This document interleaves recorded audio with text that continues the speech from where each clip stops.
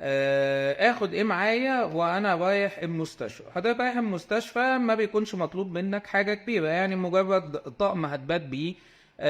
لو ليك مثلا اي حاجة واسعة، اي حاجة سهلة في الحركة.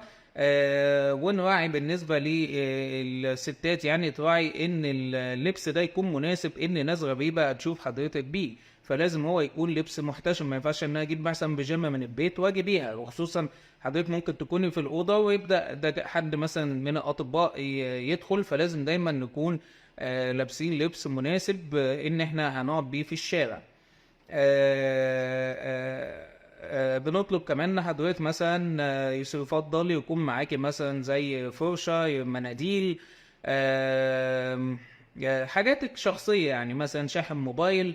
حاجات بسيطة جدا، مجرد ان اليوم يعدي. لكن مفيش حاجة معينة مثلا مطلوبة من حضرتك. لو عايزة مثلا تجي معاكي فوطة مفيش مشكلة، لا. لكن بالنسبة لحاجات زي الملايات والبطانيات والمخدات، بشوف ناس فعلا جايبة حاجات زي كده. ده طبعا مش طبيعي، المستشفى بتوفر كل ده لحضرتك.